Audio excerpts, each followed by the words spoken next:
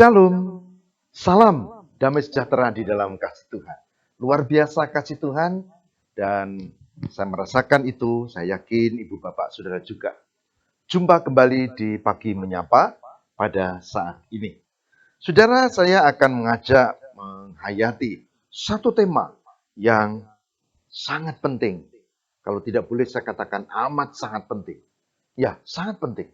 Yaitu tentang puasa Kristen. Koyakkanlah hatimu dan bukan pakaianmu. Puasa Kristen, koyakkanlah hatimu dan bukan pakaianmu. Saudara, ada banyak ayat, tapi kita akan konsentrasi pada nas kita, yaitu Yoel pasal 2 ayat 13. Kitab Yoel pasal 2 ayat 13. Yang demikian firman Tuhan. Koyakkanlah hatimu dan jangan pakaianmu. Berbaliklah kepada Tuhan Allahmu, sebab Ia pengasih dan penyayang, panjang sabar dan berlimpah kasih setia, dan Ia menyesal karena hukumannya. Ibu, Bapak, Saudara yang terkasih, ada banyak ekspresi tindakan kalau orang menyesal. Ada yang diam meratapi diri. Ada yang menangis sejadi-jadinya. Kenapa tadi sampai terjadi? Orang menyesal. Ada yang lalu datang dan mohon ampun, minta maaf pada orang yang dirugikan atau disakiti. Oh, macam-macam cara. Nah, di dalam Alkitab, saudara, kita menemukan satu tradisi di mana para raja, nabi, bahkan sampai orang biasa, mereka menyesal dan mengakui dosa. Nah, salah satu ekspresi yang mereka lakukan waktu itu adalah mengoyak, merobek pakaiannya. Ya, lalu dirobek. Lalu ada debu ditaruh di kepala. Itu ekspresi waktu itu. Tindakan itu memberi makna bahwa mereka mengaku keberadaan diri ketidaklayaan dosa mereka di hadapan Tuhan. Dan mereka menyesal. Namun, dalam nubuat Yoel yang tadi kita baca, saudara, ada sesuatu yang menarik. Karena apa? Nabi Yoel, melalui dia, Tuhan memberikan satu hal yang penting. Tuhan menggunakan istilah yang berbeda. Bukan mengoyakkan pakaian, tapi disebutkan dalam ayat 13. Mengoyakkan hati. Koyakkanlah hatimu dan bukan pakaianmu, katanya. Saudara, mengoyakkan hati. Semua terjemahan menuliskan biarlah hatimu yang hancur menunjukkan penyesalanmu. Mengoyakkan pakaian tidak cukup. Mengoyakkan hati adalah tanda pertobatan. Bukan topeng, bukan pura-pura. Kalau pakaian bisa action pura-pura. Hati adalah ketulusan, mengakui ketidakberdayaan. Oleh sebab itu, saudara, setelah Rabu Abu, umat beriman Kristen melakukan tindakan masa puasa. Mereka kemudian konsentrasi pada diri untuk mohon pengampunan Tuhan dalam pertobatan. Mereka berupaya mendengar kehendak Tuhan dan memperbarui diri seturut kehendak Allah. Masa rahmat di mana orang beriman menyadari kelemahannya dan sungguh-sungguh dia memohon pengampunan Tuhan. Jadi, puasa, pantang, mati raga, doa, amal kasih, itu adalah jalan yang ditempuh sebagai wujud pertobatan. Jadi jangan salah, puasa yang dimaksud bukan ritual. Tak usah tanya jam berapa kita berbuka, jam berapa kita mulai sahur. Di Kristen tidak. Coba lihat gereja. Gereja dibangun mengarah pada jalan. Kalau jalannya melintang dari utara ke selatan, gereja menghadap jalan itu. Kalau jalannya dari timur ke barat, gereja menghadap jalan itu. Perhatikan, gereja menghadapnya macam-macam. Karena apa? Karena iman Kristen mengajarkan yang penting adalah Tuhan, bukan arah. Itulah sebabnya kita belajar untuk hal yang sangat hakiki. Begitu juga dengan puasa. Puasa bukan aturannya, bukan apa yang membatalkan puasa, bukan sekedar itu. Puasa adalah penyesalan di hadapan Allah, dan apa yang dilakukan berpantang adalah cara kita. Yang penting bukan ritualnya, tapi hatinya. Oleh sebab itu, saudara, orang yang berpuasa bisa mengatur dirinya sendiri. Kalau umur 18 sampai menjelang lansia, katakanlah 59 tahun, maka dia wajib. Wajib karena apa? Mengingatkan kefanaannya. Dan dia bertobat dan diperbarui. Dalam doa. Nah, pertanyaannya, bagaimana cara melakukan? Cara melakukannya adalah lakukan sebagai pengendalian diri. Jadi, kalau kita biasa boros, ya pengendalian diri. Kalau kita biasa makan enak, ya pengendalian diri. Kurangi atau bahkan tidak makan makanan enak, mutih misalnya. Kalau kita biasa merokok, ya pengendalian diri. Maka dipastikan, kalau ada satu daerah itu banyak orang Kristen dan mereka berpuasa dengan benar sesuai ajaran Alkitab, pasti orang jualan tidak laris. Karena apa? Karena puasanya pengendalian diri. Bukan puasanya tambah menu, tambah enak, tambah lauk, dan akhirnya tambah boros. Bukan itu.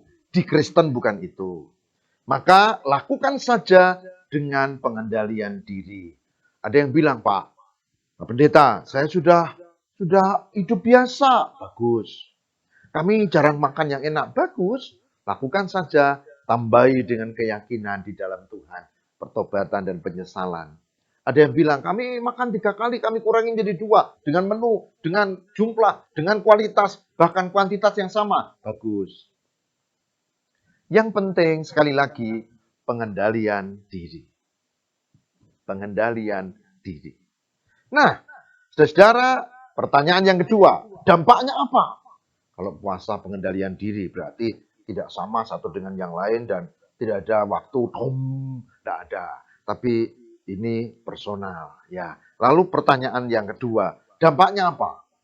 Dampak spiritual adalah dengan kita melakukan puasa yang benar, maka kita memperbarui relasi kita dengan Tuhan.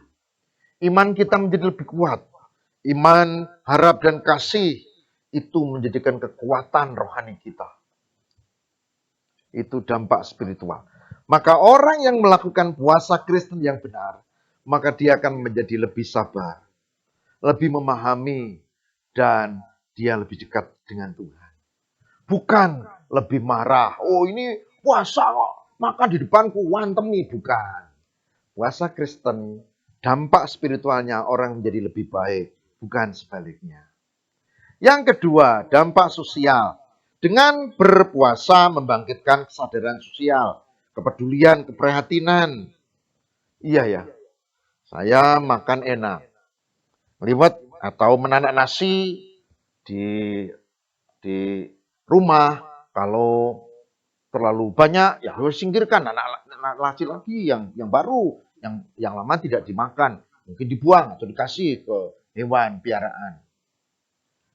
Saudara, saya beritahu, ada orang yang dia masih makan nasi kemarin. Bahkan yang kadang agak basi pun dimakan.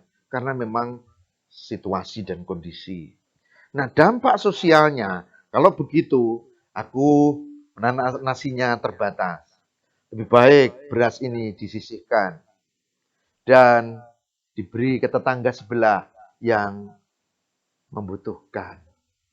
Oh iya, belanja tiap hari habis sekian banyak juga. Tapi setelah puasa dengan menu yang sederhana, maka kita tidak banyak pengeluaran. Lalu sisa belanja itu disisihkan. Dan nanti ada persembahan puasa untuk pelayanan keluar. Bukan untuk pendeta, bukan untuk gereja dalam arti pembangunan dan seterusnya. Tapi untuk sosial, untuk diakonia, untuk pelayanan sosial.